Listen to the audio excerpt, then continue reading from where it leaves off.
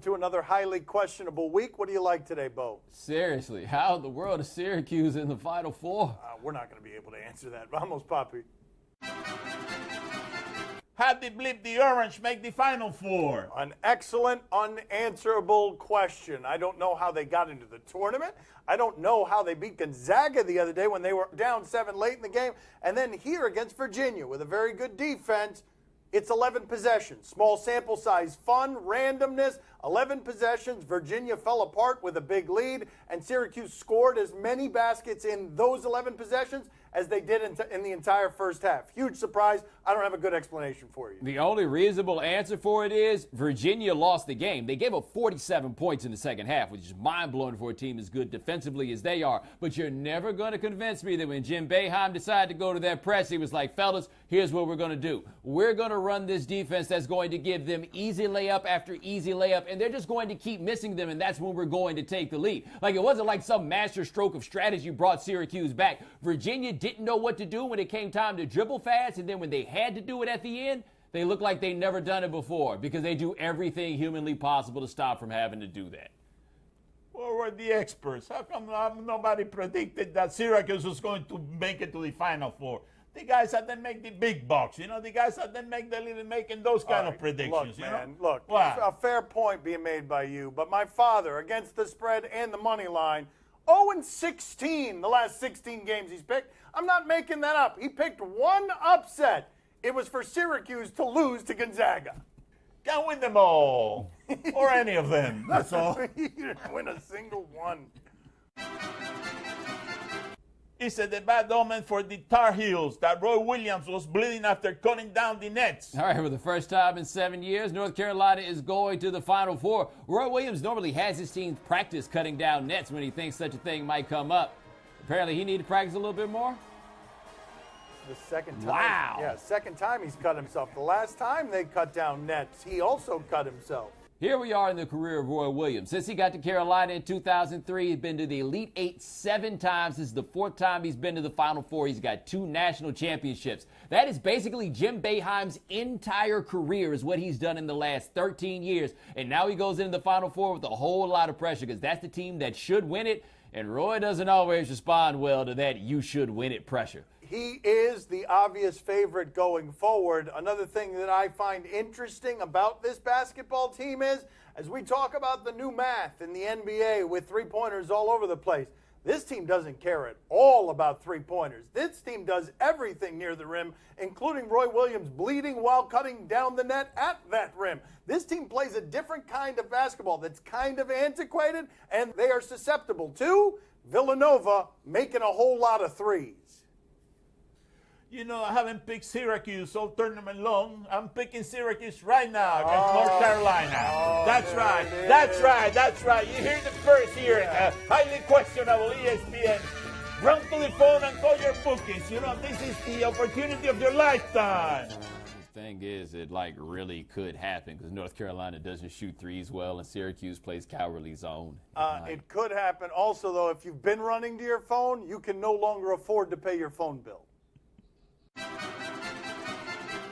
Are you experts ready to admit Buddy Hield is the best player in college basketball? Who was denying it? I mean, he's clearly been this year the best player in college basketball. That doesn't make him the best pro, but in terms of unstoppable scorer, there is nobody in the sport that can stop this person if he's making his shots from distance. He's an unusual player. You normally don't see this kind of college basketball player who can handle the basketball and make the 25-footers. Yeah, here's one thing to consider, too. As much as we talk about the fact that North Carolina probably should win this tournament, Oklahoma did pretty damn good this weekend when Buddy Hield wasn't playing well. Then he decided to come back later and actually start playing well. They look really good when he's not that good. They look great when he's rolling.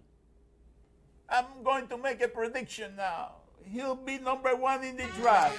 You know, I'm ready to make that prediction. I make that prediction. Now go run to your phone and call your booking, you know, and place your bets. And if you cannot pay your telephone bill, make that phone call anyhow, you know. You use your plastic, borrow money. This is the opportunity of your lifetime. And if you can make that phone call, get a stamp and write your bookie. That's the way to do it. Yeah, put your mailing address on the return so your bookie can come find you in case he needs the money. It seems like a terrible idea all around. The Coach K's apology make up for the fact that he got caught in a big fat lie. You may recall Mike Krzyzewski doing his trademark righteous indignation thing after their loss to Oregon when he was asked whether or not he told Dylan Brooks that he shouldn't showboat. Here we go. After the game, Dylan said that you told him that he was too good of a player to be showing off at the end like that. I didn't say that. Oh, he said of you that you're right. Huh? Oh, because he apparently said of you that Well, you were right. You can say whatever you want. Dylan Brooks is a hell of a player. I said, you're a terrific player. And you can take whatever he said and then go with it. Ooh, it seemed that he was intimating the young man wasn't telling the truth. And then we went all Zapruder with the CBS video. Check it out right here.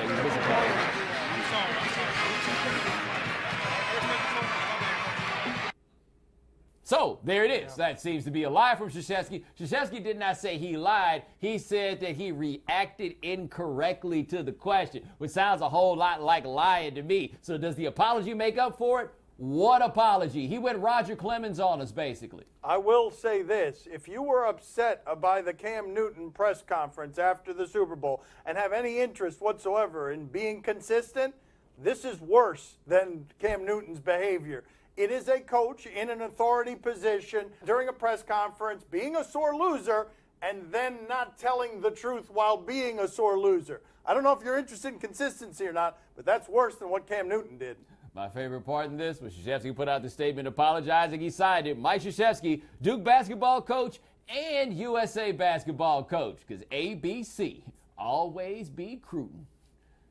You know, Coach K, I mean, I understand your position. When you reach certain age, you forget what you do from one day to the other, So what you said yesterday, you forget what you said. So then when they show you the video, then you change your mind. I said, well, I guess that I say what I wasn't supposed to say, but it wasn't my fault. You got to say it's my age.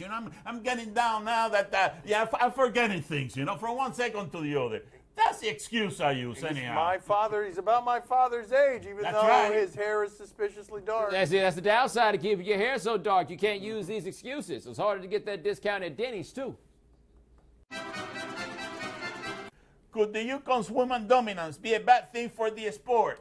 Dan Shaughnessy, the Boston Globe columnist, wrote a tweet complaining about a 98-38 victory, UConn over a 5 seed. 98-38, and here's how Gino responded.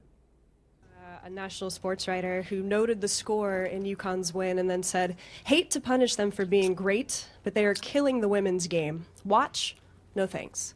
How often do you run into that idea that UConn's success... Who said that? Shaughnessy. Yeah. That UConn's success... He has a lot of comments. ...could be killing from up in Boston. My question is, don't watch. Don't watch. Nobody's putting a gun to your head to watch. So don't watch. And don't write about it. Spend your time on things that you think are important. If you don't think this is important, don't pay any attention to it. The fact that you have to comment on it says something about you, doesn't it? When Tiger was winning every major, nobody said he was bad for golf. Actually, he did a lot for golf. He made everybody have to be a better golfer. And they did. And now there's a lot more great golfers because of Tiger. So, there's a lot better writers than Dan Shaughnessy. But that doesn't mean he's bad for the game. Wow, okay. Nailed the dismount there in a way that was uncomfortably personal, but okay. The point on Tiger Woods, you might say to yourself, that's a decent point, except Tiger Woods wasn't winning all the majors, and he didn't go into every major with you thinking that no one else had a chance. One of the great things about sports is hope. Even when Michael Jordan was winning, we always thought, oh, will it be Reggie Miller this year? Clyde Drexler? Will it be Karl Malone this year? Will it be Sean Kemp? There was always hope. Against this team, there's not hope. Here's the question, though. What would someone argue would make them actually watch women's basketball? I mean, we had the run with Brittany Griner, for example. We had a great player in the team that was fallible, and they had a chance at championships. They didn't have us running to our televisions either. So if you're saying that what UConn's doing right now is hurting the women's game, tell me what would help, because they seem to have tried this in a whole bunch of different ways, and we're not coming. I can't blame UConn for the fact that people aren't watching women's basketball when if you took them down or made South Carolina just as good as them. I think that finally I can make a prediction that is going to make me look good. All right, here it is. That's Yeah. right. I think that UCONN is going to be the women's championship basketball team. And I'm telling you something, this is something that I've been waiting for years. Now, you hear that first at highly questionable ESPN. You go to the telephone and place your bet with your bookies. Right now. How the mighty have fallen. Last year, he's picking against Serena Williams at the U.S. Open and getting it right. This year, he's cowering behind UConn. He's fear-based right now. He's lost a lot of money. Was Boogie's interruption of Seth Curry interview a clear bleep you to George Karl? Oh, we're finally getting the Sacramento Kings that we thought we were always going to get. George Karl's been all about the backhanded compliments. Somebody talked about all the points Willie Cauley-Stein has scored lately, and George Karl said, well, that's because of all the great offense, because how hard could it be to catch lobs? He was asked about Seth Curry. He says he's a combo guard. He'll play somewhere for a couple of years. That's paraphrasing right there. So here's Boogie after Seth Curry had a pretty good game. Start tonight, first one. Hey, you're going to be in this league a long time, boy. Remember that. A long time. Long time. Yeah, that's not what George Karl said. What was he wearing on his head there? Yes, that is to answer the question. That is bleep you as sanitized as you can say it on television. One of the fun things about this team, though, is while DeMarcus Cousins is saying bleep you, who's Rondo focused on saying bleep you to? The Mavericks, who he played last year, where he said openly, I don't want them to make the playoffs because we're not making the playoffs. What a great disaster team this is. I wish they were in a bigger city so we could appreciate it more. Well, enjoy them now because I don't think they're going to be the same team next year. Yeah. Are you sure about that, though? No, somebody's got to be gone, Bomani. We're not sure about that, but somebody's got to go. Why would you assume somebody's got to go? Why would you assume that they're going to do the thing that makes sense? They're not going to do this again. I don't next understand year. why you would be so certain. Coming up next on Highly Questionable. He scores. Oh, wow. That referee was not giving 1 inch of ground. Everything and everyone, do you question? You give us topics and events, and we question. Do you question whether this move was necessary? We're going to Spanish basketball. I'm told this involves Bastian Nakbar. As I recall, when the Rockets drafted him, Rudy Tomjanovich was the coach. All right, this guy's my age then.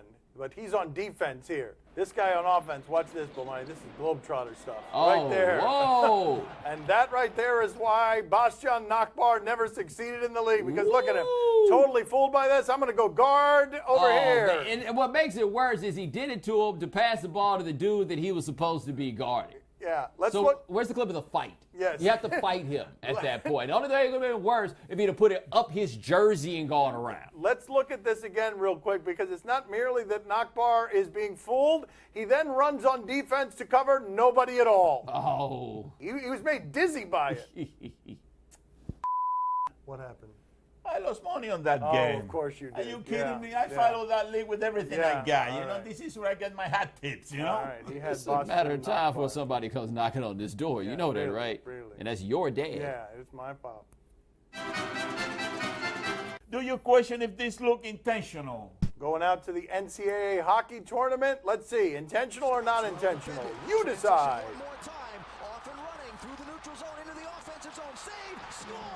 He scores. Oh, wow.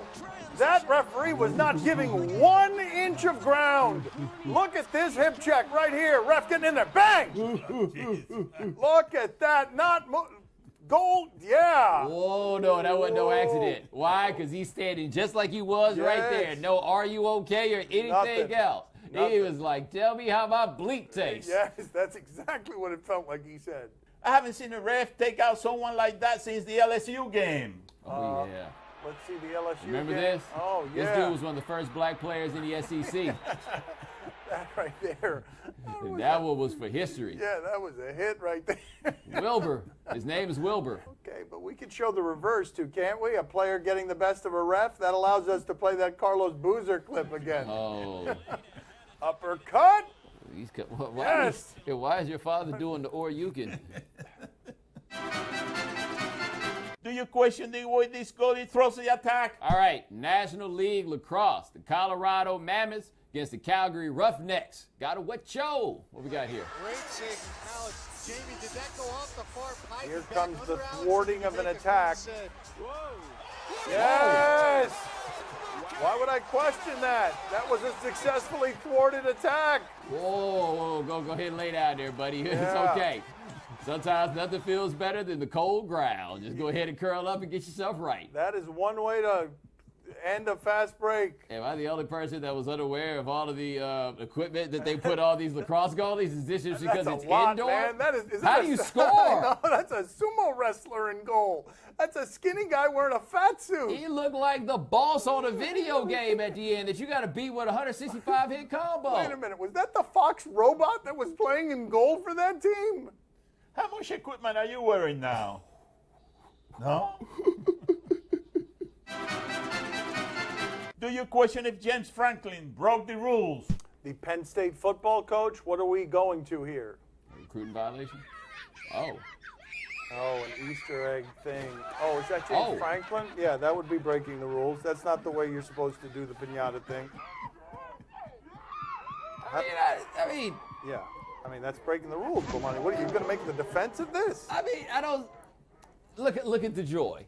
Look at all the joy. Isn't joy the only rule here? Look at all of the joy. Oh there it God. is right Over there. Here. There it is Bomani right Jones, there. The Art of Happiness. Now, Isn't all joy about happy, the only I'm all rule? about happy children, man. I mean, I think the way that he went about that was innovative. I would have never thought of that myself. I know, but you've got a rabbit that they think is actually a rabbit. It's a bunny. It's a giant bunny, and now it's got a violent streak that breaks things. That's scary to the kids as well. Look, we're asking a lot of kids in the first place to understand what the hell a damn rabbit got to do with Easter, right? Once the rabbit makes all the candy come, everything makes sense. Fair enough. Did you see what was left after he hit it? What happened? There was nothing left, just a swinging head? Yeah. Oh, yeah, that is. I understand what I mean. By the way, what's the word we're looking for here? Is it fratricide? It's like rabbit on rabbit crime, don't you think? Like, now that I think about this, actually, this is giving kids the whole wrong message. Like, there's no solidarity. What it's saying is, hey, kid, hit another kid and see if candy will pop out of him. That's the message you see. And that's harrowing for the kids. If they weren't so buried in their gluttony, they would notice that there's a head of a rabbit floating above them, guillotine style. You said it was harrowing when it's really like heroin for the kids. They love that sugar. See? If you're enjoying this special break, if you're having girl problems, I feel bad for you, son. I got 99 problems, but the ain't one. Questionable is broadcast from the Clevelander Hotel on beautiful South Beach, Miami. Time to play the game that is coming to collect, and you better have my money. See? Or no? Tell us what's on television tonight. We'll tell you if we're intrigued. Right now in Arizona, Cubs and Angels. No, we're busy right now. We're busy right now doing our own television show. But I would like to see a clip of Jason Hayward playing the outfield for his new team. Can we see that? Yeah, you see what's around them? What are those? Bees. Oh, no. Yeah, you got to run off the field. Yep, get out of there. Yeah. 10 times. Stung me 10 times. 10 stings? Oh, now what happened here? Later in the game, all stung up, he stings a baseball? That's right. Oh, yeah. Hayward's making too much money to endure bees. You got to send somebody with the number 99 out there to go get bitten by bees. Bomani, are you intrigued? That's what I was about to say. Where is your union rep, young man? This game doesn't even count. You get stung 10 times by bees, you get to go home. I get bit one time in here by a mosquito. I'm out of 5,000. Yep. Poppy, are you intrigued? Oh, see, I'm very intrigued. You know, that kid really impressed me. You know, he's playing through all that pain when he should have left that game. You know, I think that he's going to make the team. You heard that first, you know, highly questionable, ESPN. I think that kid is going to make the team. Jason Hayward. Yeah?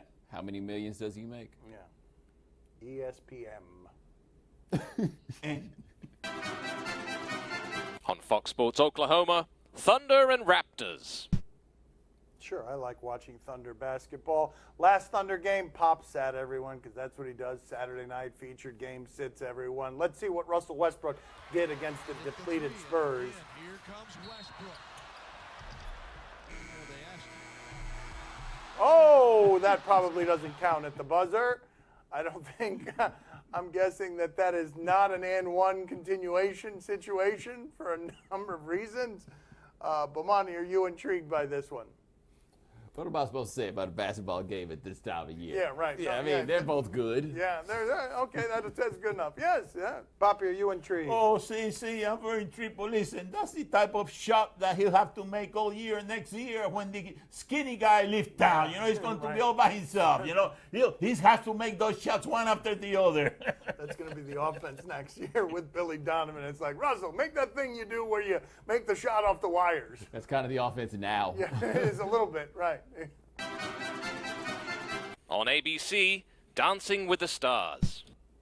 NFL Snapchat did something fun behind the scenes with Antonio Brown. What do we got?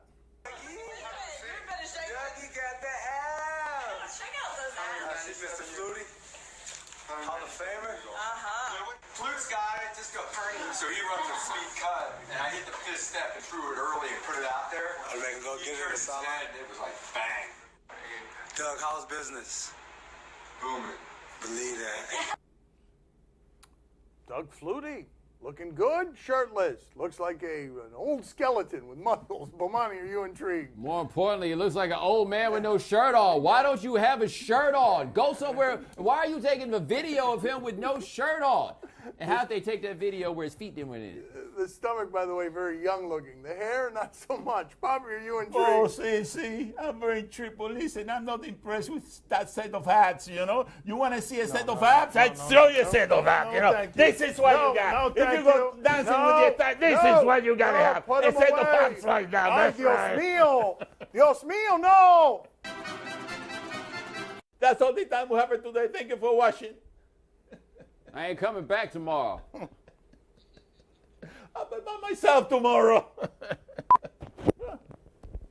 I can get used to this. Kind of nice, you know, with more space. What's up, people? It'll be a one-man show from now on.